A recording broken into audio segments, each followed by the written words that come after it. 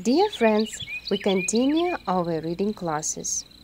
We are enjoying the last days of our wonderful summer. So we suggest reading an abstract from Dandelion Wine, an enchanting novel by a famous American writer of the 20th century, Bradbury.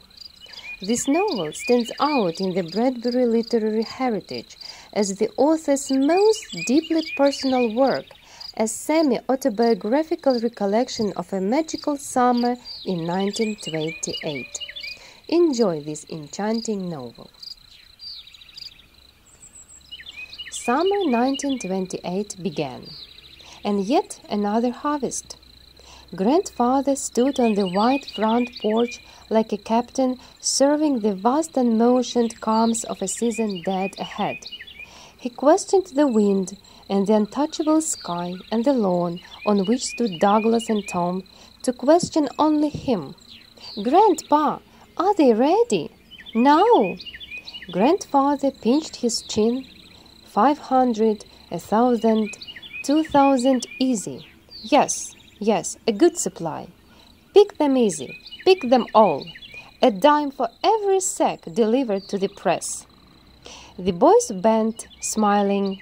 They picked the golden flowers, the flowers that flooded the world, dripped off lawns onto brick streets, tapped softly at crystal cellar windows, and agitated themselves so that on all sides lay the dazzle and glitter of molten sun. "Every year," said Grandfather, "they run amok. A common flower, a weed that no one sees. But for us, a noble thing, the dandelion."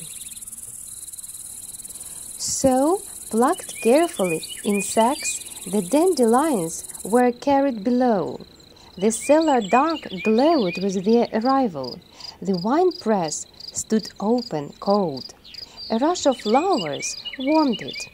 The press, replaced, its screw rotated, twirled by Grandfather, squeezed gently on the crop. Dandelion wine. The words were summer on the tongue.